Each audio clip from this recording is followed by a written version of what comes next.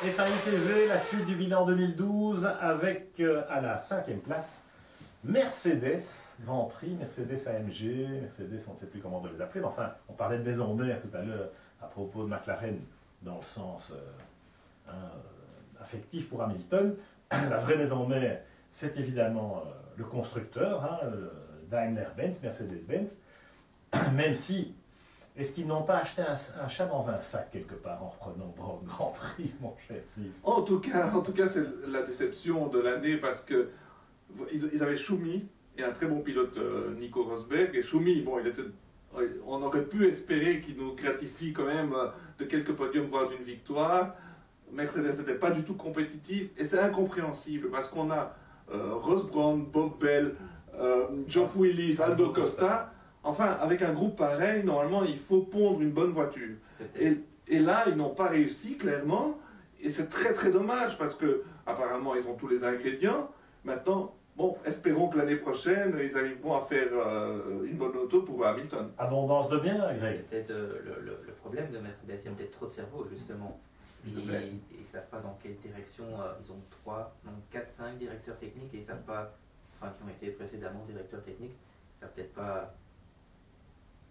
Dans quelle direction aller, tout à fait. tirer une direction claire entre eux. Oui, ça manque peut-être d'un vrai leadership finalement au plan technique. Alors bon, ce qui est très curieux effectivement, c'est qu'on a eu ce début de saison avec Nico Rosberg, qui gagne en Chine et qui non seulement il gagne en Chine, mais enfin il fait des gros points par ailleurs. Il est deuxième au championnat au mois de mai à Monaco, Rosberg, il ne faut pas oublier. Donc, il était un candidat possible pour le championnat. Et puis après, ça s'écroule complètement. Or, le paramètre qui a influencé le début de saison, c'est l'inconnu à l'aveuglette, comme les équipes étaient avec les pneus, quoi. Une fois que les équipes ont commencé à comprendre le comportement des pneus ou les fenêtres de température, Mercedes a fait la saison en marche arrière, comme j'ai eu tendance à le dire. Alfredo, comment est-ce qu'on peut en arriver là? Ils se sont loupés, tout simplement. Je crois qu'effectivement, il y a peut-être un problème de trop de cerveau. Et donc, c'est pas parce qu'on a des cerveaux et plus que les autres que automatiquement on est devant. Je pense qu'il y a aussi un problème plus fondamental dans cette équipe. Et c'est que Mercedes, en tant que constructeur, donne l'impression de ne pas vraiment être convaincu par le projet. On sait que ça a toujours fait débattre au niveau du conseil d'administration, que ça se joue toujours à une voix. Et ils donnent un peu l'impression qu'ils ne sont pas derrière comme les autres constructeurs. Et puis quelque part, voilà, c'était le Grand Prix, ou c'était Honda auparavant, mais ça reste un team, je ne vais pas dire de fonctionnaires, mais il y a une grande marque derrière, il y a un constructeur, et cet esprit de commando, on ne le retrouve pas vraiment, quoi. Alors au-delà de ça, évidemment, il y a la déception, parce que la voiture n'était pas bonne, on ne peut pas dire autant du moteur, quand on voit les McLaren et les Force India, qui ont été plus souvent qu'à leur tour devant la Mercedes.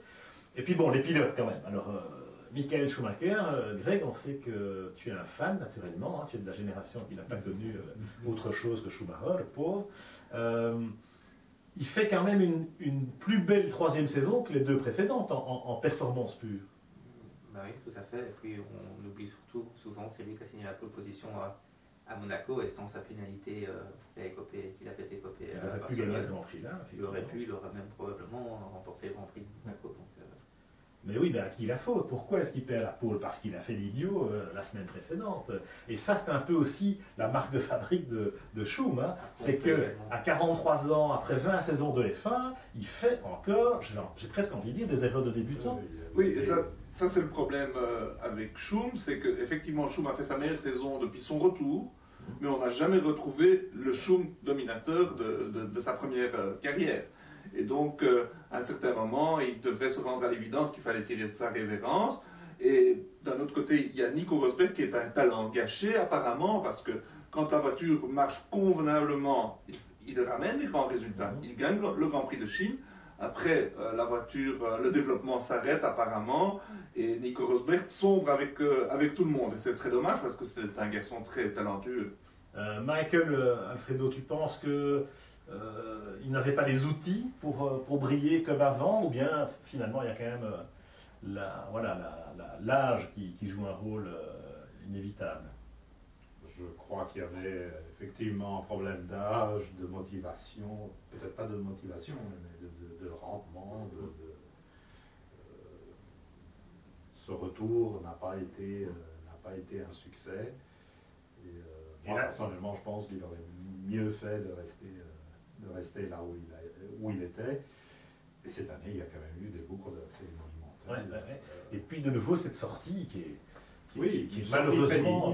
par contre, au Brésil, il fait... Oui, le dernier Grand Prix, oui, mais la course, sortie, le fait qu'il ait mis devant le fait accompli, le fait qu'un champion de cette dimension-là qui ne parvient pas à gérer sa communication ou sa fin de carrière, c'est triste, quoi.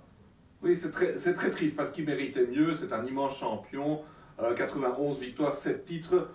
Il aurait dû vraiment avoir le tapis rouge pour sa dernière saison, et là il sort par la petite porte, enfin poussé à la retraite par le management, et c'est très dommage, Michael méritait mieux. Oui, d'autant plus que c'est du déjà vu après ce qui lui était arrivé chez Ferrari. Bon, on verra ce que Lewis Hamilton fera avec cette flèche d'argent en 2013, puisque, évidemment, on est très impatient, ce sera la grande curiosité de la saison prochaine. À demain pour la suite sur FAI TV.